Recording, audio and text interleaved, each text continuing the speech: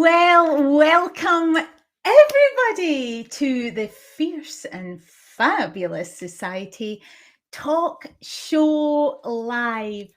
Oh my goodness, it has been some day today, and I get to finish it by launching a talk show. How cool is that? And tonight we are actually streaming across a number of Facebook pages, and we're also streaming into the Fierce and Fabulous Society Facebook group, as well as YouTube tonight. Isn't technology just quite incredible? Now, for those of you who don't know me, my name's Marianne Smith. I'm a personal transformation and business coach, and I've been coaching for 30 years now. Somebody said to me 13, and I went, no, 30 years now, in one guise or another. So quite an exciting career journey that I've had. And I'm also the founder of the Fierce and Fabulous Society, which is a society I created to hold all of the services that I develop for women, ambitious women who want to be the best version of themselves and create and build profitable, sustainable businesses that also flourish. And if that sounds like you, whether you are still at that hustle stage, or whether you've just launched into business, or whether you've been there a few years and things aren't maybe a wee bit of struggle, maybe you're doing well, but you're just wanting to surround yourself with really positive people, you can join the Fierce and Fabulous Society and be able to hear from me every single day with lots of different types of trainings and lives and events in there, as we build quite an amazing and inspirational community of women. Now, why the Fierce and Fabulous Society Talk Show Live? Well, I was thinking about all the different things. I've got some feedback from some of the members of the actual society itself when I'd asked them, what kind of training, what would you like to hear?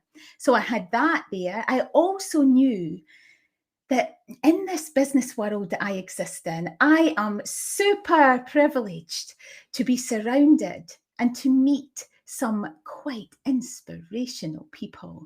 And really, when you think about inspiration and success, often you can be moving to the big players in this industry, because that's what we're aspiring to be. But actually, I have met successful and inspirational people from every single level of business. And I am really excited because I've been able to secure a number of really high earning, seven-figure business women who are going to be coming live onto this show, to be able to share their journey, share their talents, tell us about what has been their challenges, how they've overcome them, and just for us to be inspired and motivated by their story. Now, I had to decide. It was quite a hard one when you've got a lot of people who you know, to think about who do you want to bring on for your first guest. And tonight I decided that I was going to bring on the one person that I have been coaching the longest. Now, the person that I have been coaching, I've been doing that for the last 22 years. And that person started their first business when they were only 14 years old. They then went, the moment they were old enough to be able to get paid employment, they went and washed dishes in a cafe that treated them badly, and then just worked through other jobs, constantly working. From that day, of the age of 14, they had never needed to ask their parents for any money. They were completely self-sufficient, bought their own clothes, and take pride in that statement that they were able to stand on their own 2 feet. They then went on to get an international business degree, can speak fluent Spanish, and at the tender age of only 21, incorporated their first company. Now, if that isn't something to inspire you, I really don't know what is. So I am so delighted and filled with pride and joy to be able to introduce to you this evening Emily Henaghen, who is the director of an estate agency, the Emily Henaghen Real Estate. And for those of you who don't know, the reason I've been coaching her for 22 years is because, Emily, Your mama. she's my daughter. How cool is that? And I think very often people can say to me, tell me about your coaching. What do you do? What better way to capture what I do than to have been able to support and help develop such a wonderful woman who has achieved so many remarkable things as she sits before us this evening at 22 years old. So, Emily, this will be your second time of being interviewed by me. Yes. Yes. And I remember the very first time we did it, it was a late night in an office when we were both hangry.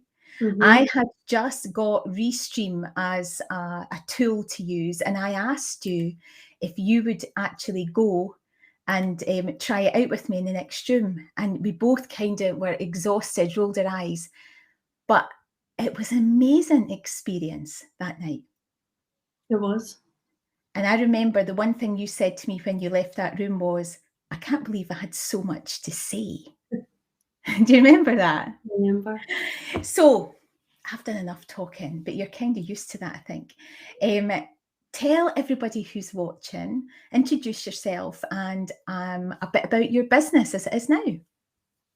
Yeah, so I'm Emily Henaghen. I am 22, and in October last year, October 2020, I decided to set up my own estate agency business, which I've been running for almost the past year. Lots of highs, lots of lows, which I wasn't expecting. So there's been challenges, but it's been a great journey so far. Wow.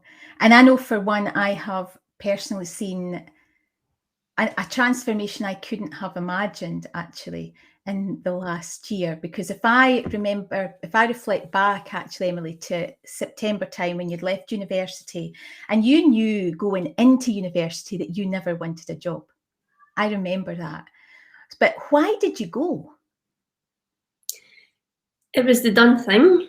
Not going to uni was always looked down upon in a way. Getting an apprenticeship, starting your own business, it wasn't the safe or the norm thing to do. It wasn't supported. And going to uni was something that if you went to uni, you were successful. Wow. If you didn't go to uni, you didn't do something right. I am sure that there'll be a lot of people listening in here tonight that will really resonate with that. And as you're saying it, we are decades apart, and yet that would be the same story that I would also tell. And I left school in the 80s. So that was a wee while ago. And yet that's where things still are. But you did go to university and everything. Did you enjoy it? I made amazing friends. That was the biggest thing that I still take out of university. I've got friends that I'll have for life and I look up to in a lot of ways. The university side of things, the work, the study, I didn't enjoy it. Not for me. I learned a lot. I learned a whole language. So that was the amazing thing that I took from it. And I can go on holiday, and if I'm feeling confident, I can order my dinner. So you can at least feed yourself independently. Hey, I've been a success as a mother. So I know, before we go on to talking about the experience you're having just now, I know that we often have conversation about two things. One, about being a 21-year-old company director, which is incredible in itself, but the challenges around that. But add on to it a 21-year-old company director in a very male-dominated world of property. Yeah. So share a little bit about what your learnings have been in that. Yeah, well, two things there. Being 22 in any sort of business, I had an idea of what it was going to be like going into it, and that was down to completely my own confidence with things. Feeling too young, feeling like nobody takes you seriously, all that, which most of was in my head. But you do come up with those challenges, you know, with when in the work that I do, with people coming to view property, people whose property that I'm selling.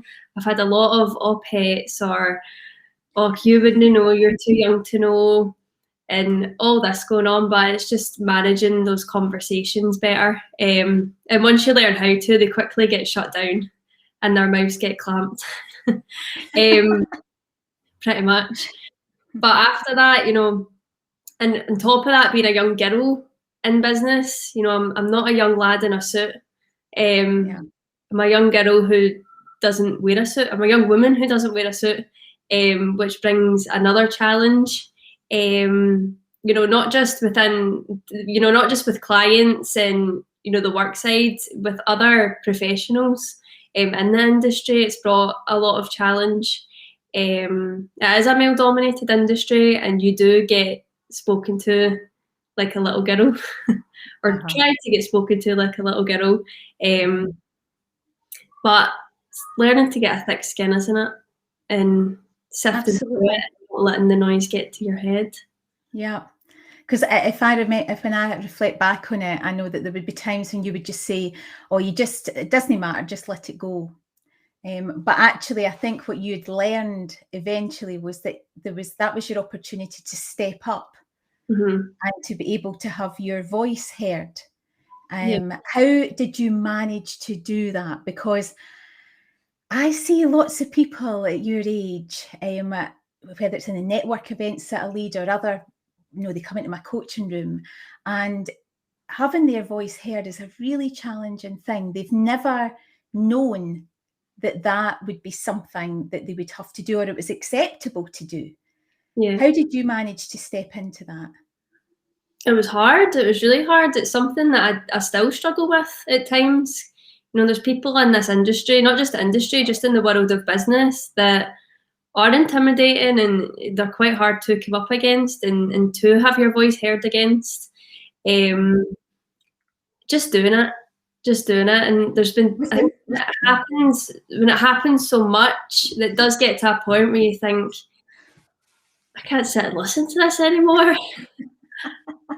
When you say something, people don't expect you, the 22-year-old young woman, to say something. So when you do, there's silence in the room. I can always remember you did a TikTok. Emily, for anybody out there, is on all social media platforms and loves the video. I have no idea where she got that from, but I remember you did a TikTok on that subject, wasn't it? Because somebody had, I'd never heard the phrase that you're a Karen. No, I was out of this loop, but it was just somebody who would make judgment, I think, around you, and you made this amazing video on TikTok, and when somebody refers, can I speak to your boss, and you just kind of showed up as, that's me, and that was really, really powerful. I think the thing that I often see coaching is that belief in self is something that can hold the best of us back. That is not specific to age in any way whatsoever. So how have you been able to get to a place where you have believed in yourself enough to be able to, one, step into doing this? Because business is a place of uncertainty. And I know the bigger world around you was saying, Emily, get a job. And being able to keep believing in yourself when you have been faced with all of these challenges. Yeah, it's hard. I think it's hard for everybody at all ages, at all success levels, keeping going and keeping knowing that what you're doing is the right thing and that you can do it. That has been the hardest thing over the past years, knowing that I know that I can do it. I know that I can achieve what I want to achieve, but it's just taking the next step and the next step and the next step to get there is putting one foot in front of the other. Basically, has always been the hardest part. And what helps you to do that, though? Is it just you? You're able to do it on your own, or is it? Surrounding yourself with amazing people is the biggest thing. I could never, ever, ever have done what I've done just in the past year on my own at all. You know, whether it's friends, family, anybody, even people that you meet in the business world, being able to have, you know, honest conversation with them sometimes about how you're feeling, and not, you know, pretending that you're on top of the world just to impress them, or pretend that you're on their level. Because I've had conversations sometimes with other business people that I look up to, and I've been honest and I've said, God, I'm really struggling with this. I don't know if I can keep going. I feel like I'm running into brick walls all the time. And 9 out of 10 times they'll say, yeah, me too. I've been there. I feel that all the time. You know, but you can do this, you can do that.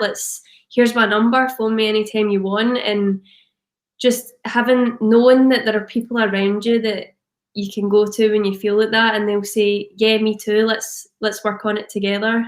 Yeah. So it's that thing of having the right people around you, and that team that you build that has the same mindset to be able to keep going. Yeah.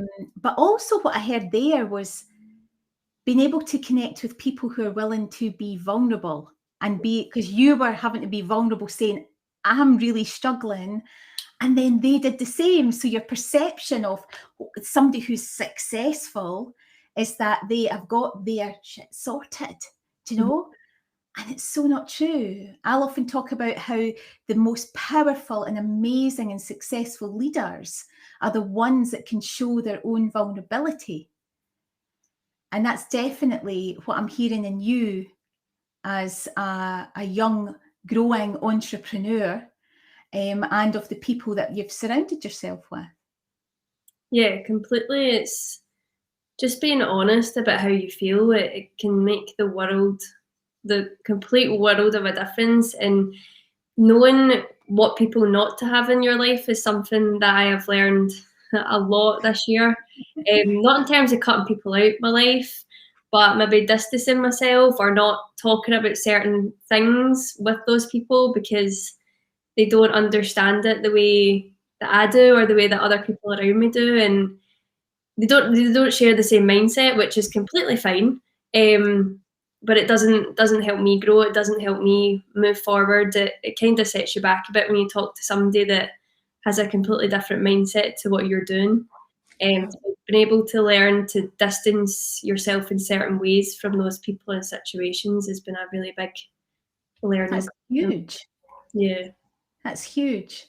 And I can only imagine, if looking back on my own childhood, how big that would be when you've grown up with people who you feel are, and then you grow in a way that's different from them, and suddenly that there's a gap. Yeah. And it's so easy to get pulled back into what you know, rather than being able to stand confidently on your own. Yeah. So well done for that.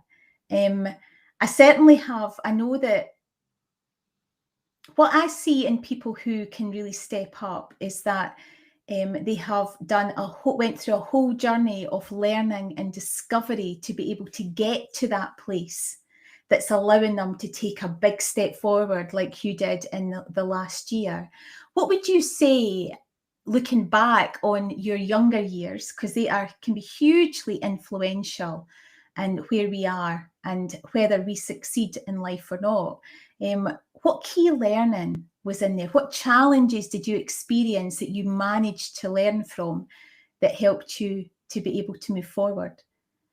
Yeah, growing up, had its ups and downs. I mean, school life. And I have told her, folks, she can say whatever she likes. The last time she did this, I learned 3 things I had never known about her. So I am holding my breath just a wee bit. But you go for it. Yeah, so growing up, school life is always a massive part in everybody's life, I suppose. For me especially, I think that's where a lot of my trauma, everybody has trauma of some sort growing up. That's where mine stemmed from. That's where I lost myself completely. And it's also the reason why I'm here today. So it kind of goes kind of 360. So growing up, primary school, I was always the centre of attention. I was always the one that was first to put my hand up to do something that involved being front of stage, whether it was singing, dancing, acting, it didn't matter. I would do it. You know that. And I kept that going right through primary school, and I'd moved primary school, so I moved from one primary school to the other, but didn't faze me. That was absolutely fine. It was when I hit high school is when challenges really started to show and cracks started to happen. I moved secondary school, so I moved to high school in Hamilton, and then I moved into Clydebank, so a massive shift. And I really noticed the difference from switching primary schools to switching secondary schools. Yeah. Primary school, dead easy. Everybody wanted to be your pal. I couldn't get enough pals in primary school. When you switch, you're the new girl, and that's fun. But secondary school, teenagers is a whole different ballgame. Nobody wants to be your pal. Nobody cares. And everybody's got their friends, and nobody wants, teenagers are lazy, don't want to make the effort. They know what they know. They've got the friends that they have. So that was a big challenge moving into that. And it took me, the whole of, how old was I? 13, 14? Yeah. It took me a whole year to kind of make friends. I moved in and they had the whole induction, and, you have wee pals, but there was a lot of bullying and making fun of and just little friend things that left me very isolated. And it's something that I never brought into my home life. You didn't know anything about this for, till I left. Till really late on, wasn't it? It was years later. I'd never told anybody because I didn't want to upset anybody, because the move to Clydebank was big enough and everybody was happy. So, you didn't want to disrupt. But I spent a lot of time on my own, pretending that I had friends to mum. But I never. I spent a lot of the time in the toilets at lunchtime, eating my lunch on the toilet because nobody would be friends with me. I wandered about the corridors myself. A lot of that going on, and I tried my absolute best to make friends. Like I think back and think, oh God bless you. I would sit in class, and whoever was sitting next to me, I would try to talk to them in any way whatsoever, whether it be, can I use your rubber? And somebody that turned out to be my best friend, this is how I became really close friends with her. She was in my maths class, and I sat next to her for a whole year, and we never really spoke, but I kept asking her to use her rubber, and she always said to me that, stop asking, just use the rubber. Like, you don't need to ask me every single time. But every single time I asked her, because she was the only person that I really got to talk to in a day, and it was just to ask her for the rubber. But it worked. I got a friend. You did. And I think that story actually about the toilets, folks, see, the last time I interviewed it, I had never heard it. Yeah. I was oblivious as a mother. And I think the bit that you're missing out there, Emily, is that we moved to Clydebank because me and your dad got divorced. Yeah. And that was trauma in itself, as anybody who's been through any relationship separation will know. And you're doing the best you can in a really high stakes time in your life, whilst trying to, as a parent, build your own confidence, build your own identity, and also be there 100% for 3 children. And of course, you were coming in, I think, nurturing me and providing that support, not wanting to, shovel the water. And when I heard, because that was it was years later. I think you were in 6th year at least. Yeah. Maybe into university before I found out that for the first year you spent every lunchtime in the toilet eating your sandwiches. And that was, I don't know how many times I just cried about that. I just needed to look at you and I burst out crying until Emily eventually said one day, you really need to get a grip. And I don't know what parents are out there, but as a parent, as you're trying to deal with your own trauma at the same time, I know there's always been moments when, and you'll vouch for me on this, I can just look at you and I'll say, do you know, see, for everything that I wasn't able to do or didn't do very well, know that I tried my hardest with what I knew how to do at the time. And I did my best, I promise, but I wish I could have done it differently. And it got to the point, folks, that Emily and Mother Daughter Orla turned to me and went, do you know something? You really need to get a grip. Do you remember that day in the kitchen? You need to get a grip. If you haven't noticed, we're actually okay. And we're decent human beings. So for all you didn't do, it's actually made us what we are, and we're quite pleased with that. But there is that trauma there, and being able to actually, one, articulate it so well right now. Two, at the time, I've been able to move through it in the way that you have is quite inspirational. And I know that that's only one of many stories that you could share along that journey. But if anybody, because we've got some comments in the chat here, because there's someone, I don't know everybody's name unless you've registered with Restream through the link. It doesn't, because of GDPR, allow me to see who's posting it. But somebody's saying everybody wants to be your friend now, Emily. And I've got an idea who this might be. This may be Jules. The fierce and fabulous Queen is a great support to me, and I'm super grateful. That's really, really kind. And who's this? I feel like my kids should have the choice not to go and shouldn't define their success when it comes to going to university. Here. I mean, if I was to say to you now, Emily, do you want a job? It's going to get twice as hard as it is now. Do you want a job? No. Why? Why? I know a job's not going to give me the life that I want to live. And what does that life look like? Life is, I'm still young and I have not even scratched the surface of this world.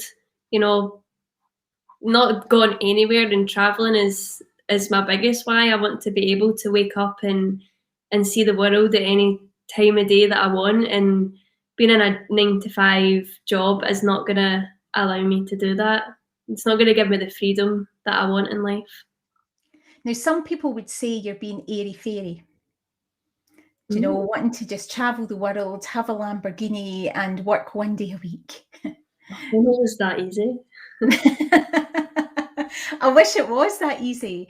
I mean, at the moment, you're in your first year of business. What does that actually look like day to day? What kind of hours are you having to put in? What are the kind of things you're having to push yourself to do that you would never have imagined actually being able to put yourself out there to do it? Gosh, it's long days, lots of hats to juggle, some that I am really not good at, learning how to do finance. I mean, I'm still not very good at it. That maths is really not my subject. So there's learning how to do loads of things, marketing and promoting, managing things that I do have going on, going out and getting clients. It's so difficult. You always think when you start a business that clients are going to come knocking on your door and they're going to find you and want you to provide them this service when you've not done anything. And I learned the hard way that is not the case. You have to go out and get them. So whether that is walking 30,000 steps with leaflets every day, whether it's pushing myself to be on social media and be really present and showing face and getting my voice heard, which at first was really difficult. It's not an easy thing to do. There's lots of judgment out there, which I know, but pushing yourself to do it and seeing the results that you get from it, that's what makes you keep doing it, I suppose.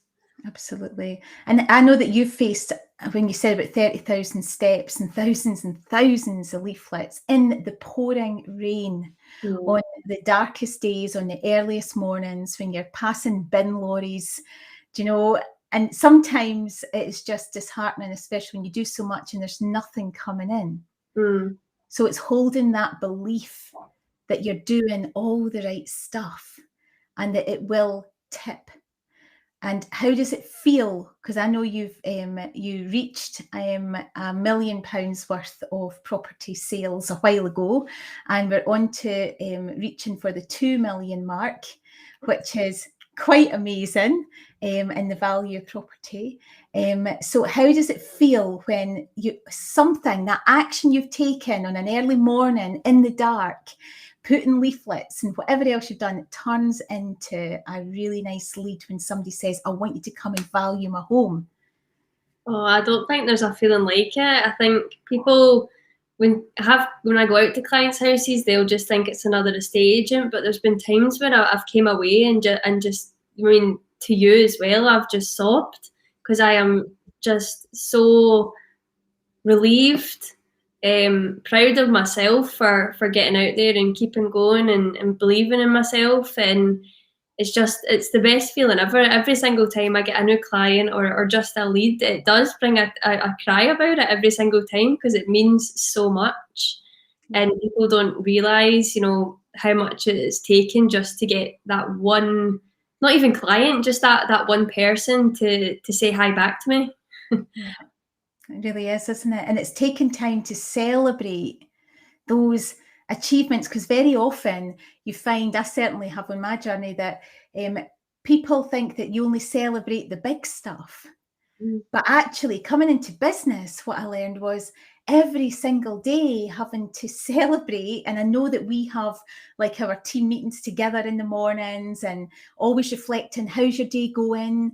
Did you get feedback on this? It's that constant stuff between us all for each other, to just celebrate when something goes right, something goes positively, even if it comes down to having an amazing conversation with someone and meeting their newborn baby. Yeah. It's really, really important for that. And I know that you have connected really strongly with being a young woman entrepreneur, and have on your journey been meeting other young entrepreneurs who are out there doing fabulous things out there. So I know you've got a bit of a vision as to what you want to do moving forward.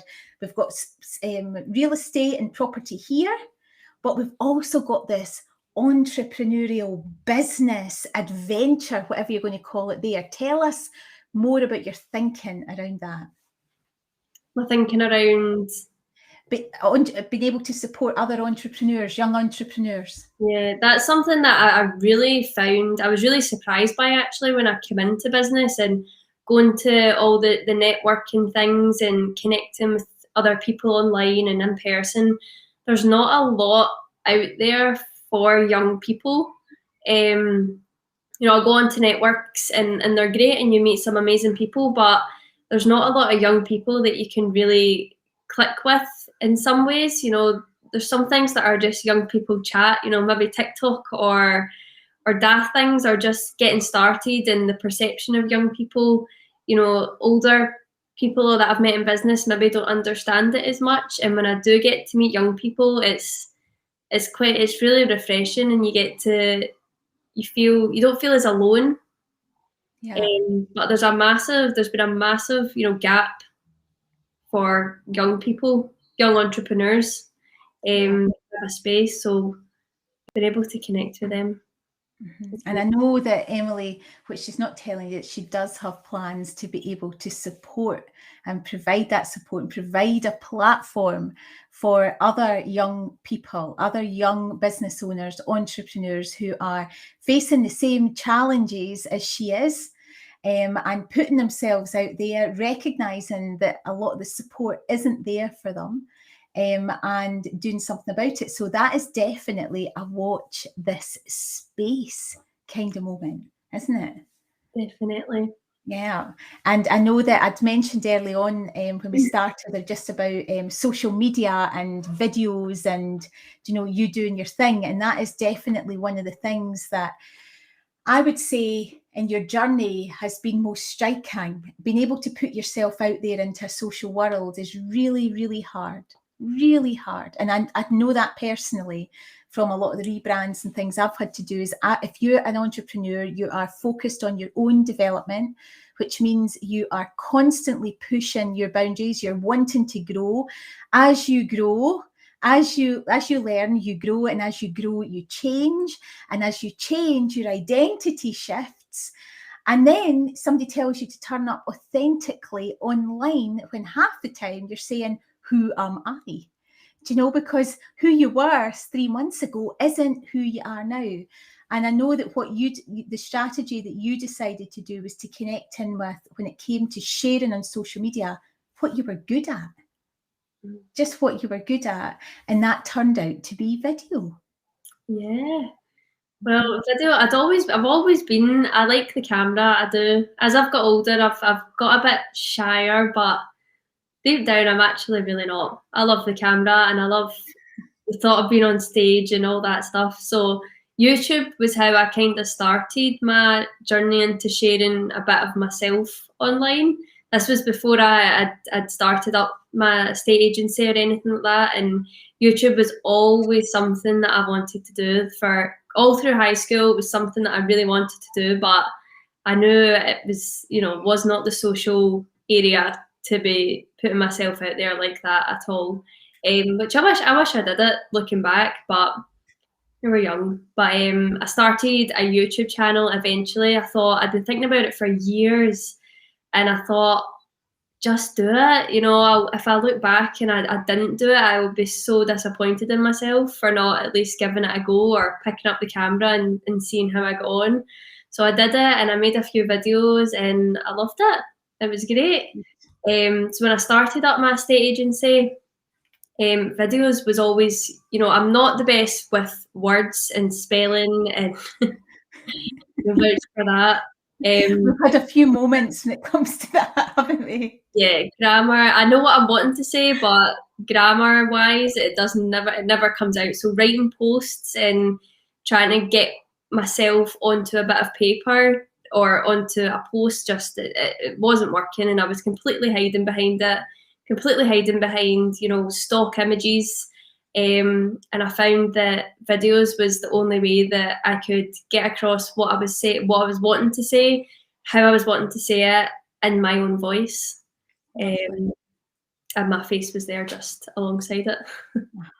And I know that if you want to have a look for Emily, you will find her on TikTok, you will find her on YouTube, you will find her on Facebook, you will find her on LinkedIn, a total child of the social generation. But if you scroll back, and it's like that for any of us going online, if you scroll back to the beginning and compare those first ones to what is being produced now, I know that we as parents, Paul and I, will sit and actually go, did you help her with that? And nowadays, of course, we don't have any input into what you put out at all. We get it's news to us the moment it pops on social media. But some of the stuff you put out is quite incredible. I had no idea you know that stuff. So it's really wonderful to see. So I think the message to anybody out there, even a child of the social times, can have their own challenges at putting themselves out there, but connecting in with the best way to do it for you. So if you are a writer, write. If you are a performer, perform. If you love videos, make tons of them and make that your central source of your content, so that you get joy when you do it. Because I don't know about you, Emily, sometimes it sucks the living life out of me. And it wasn't it? I love talking. I love performing. Click, click. I love reels now because of it. And it's lovely being able to see you come alive doing your thing in your way. And I know that you've even had messages from the States and people in real estate who have become aware of you over there, messaging you going, oh my goodness, you smash it over here. Yeah, that was pretty cool. Pretty cool. And you've also had people shout at you in the street saying, are you that estate agent online? Yeah, gosh, I know sometimes when you post these videos, you think that nobody actually watches them, or you know, nobody, you're talking to yourself. We are talking to yourself, you're talking to a camera or a phone or whatever, and you forget that there is actually other people that are clicking on it and watching it and seeing your face regularly. So yeah, there's been a few times when I've been out doing my leaflets and I've had, you know, workmen or postmen or anybody, I've put letters to doors and somebody's came to the door and says, oh, I've seen your videos, you know, they're really great. And I think, oh, somebody's watching. Mm-hmm. It takes me back. And it can, when you, especially in a social world, because you're not getting that feedback unless somebody likes or shares or comments. But the reality is that it's a very small number of people that do that. But it's a much, much higher number of people who just see you. Yeah. Subconsciously sometimes just get to know your face as you're popping up on their feeds. And you will never know that. But it's quite funny when you get shouted at in the street and waved to. So I'm just looking at some of the chat here. Maureen Johnson, oh, lovely to see you, Maureen. Is saying you display so much strength and maturity beyond your years. Oh boy, is that not true? You'll be very successful, I'm sure, without a doubt, without a doubt. And I hear you there and going on. Oh, so Victoria's saying when we're talking about trying to get leads in, Emily, that she hears what you're saying about just trying to get that consistent lead generation can be really tough. Especially when you're starting out and trying to work out who is it you're trying to attract in. Yeah, trying to work out what works, what doesn't work, how much effort you put into each thing. You hit dead ends all the time. It's hard. It's so hard. But having the right people around you is key, without a doubt. Completely. And I know that that's certainly been my journey too. So Emily, as the first guest, the launch guest on the launch of the Fierce and Fabulous talk show live, which at this point is going to be 8 amazing episodes over the next couple of months. What would be for anybody out there who is, let's forget age, right? Let's forget it, because it means nothing. The challenges you are having in business are a reality for us all. What would be the 3 things you would say to someone else who's struggling in business or to another young entrepreneur wanting to step into the business world? I would say trust your gut. Don't listen to your head because it gets clouded, it gets foggy, you doubt yourself all the time up here. But if you feel it deep down that, you know, I can't give up, trust it, listen to it, and do one good thing that day that, you know, that inspires it to keep going. I would reach out if you're a young entrepreneur, you don't know where to start, you maybe don't have those people around you that really understand where you're trying to go and really see your vision for how you see it. Reach out to people, don't be scared. You know, people are actually really friendly and people want to help. You know, some people just can't help but wanting to help you. So if you see somebody that inspires you, just reach out and say hi and surround yourself, build people around you that see where you want to go and will help you get there. Wonderful. Well, Emily, and one final thing for this evening, how can people get in touch with you if they're wanting to talk more about some of the things you've raised this evening? Or folks, if you're wanting to sell your house, how can they get in touch with you, Emily? If you're wanting to have a chit chat, or if you're wanting to sell your house, you can find me on Facebook. I'm there quite a lot. Emily Henaghen Real Estate, or you can find me on LinkedIn, another place I like to hang out a lot. Again, just Emily Henaghen on that one, just me. Yeah, lovely. So what we'll do, folks, is we'll make sure that contact details for Emily will be put out there. But Emily, I know we had discussed no questions for this evening, and we decided to do it that way. So it's been a wee bit more fluid, because otherwise I think it would be too staged because our relationship is too close.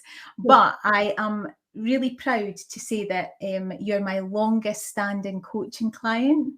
And to see the results that you are achieving at this beautiful age of 22, full of opportunity.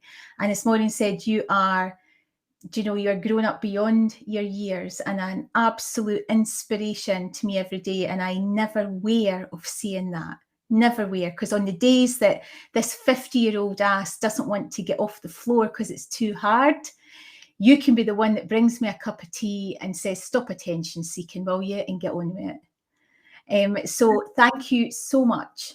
And if you'd asked me 22 years ago, or even if I could never have imagined being able to be in a position where I can interview my own daughter. I am so proud of what you're achieving, and I cannot wait to see what the next few years holds for you in your business, in your life, and you being able to meet all of the aspirations that you have for yourself. And thank you to everybody who has joined us this evening. We've had really good numbers, actually, considering this is our very first launch show. Do you know? And I'm not Mel Robbins, and I'm no Oprah Winfrey. So thank you so much to everybody who has joined us this evening. And as I said, the Fierce and Fabulous Society, do come along if you are a woman, an ambitious woman, just like Emily here, who is wanting to learn more, grow more, change more, and become the woman you were born to be while you build a sustainable and consistently profitable business that actually flourishes. Join the Fierce and Fabulous Society Facebook group. We would love to hear from you. Or if you know somebody that you're sitting here listening to this tonight going, oh, I know who would love this, invite them, tell them about it, and let us help support as many women as we possibly can through that. Now, over the coming 7 weeks, we're going to have some fabulous speakers coming on, sharing their stories. So look out over the next few days to see who is going to be coming up on this thread next week, because we have got some amazing names and amazing talents. So Emily, once again, thank you so much for everything. Maureen, I agree. Oprah Winfrey, I will have you on my show. And on that, happy note, thank you everyone for supporting us at the Fierce and Fabulous Society talk show live tonight and its launch episode.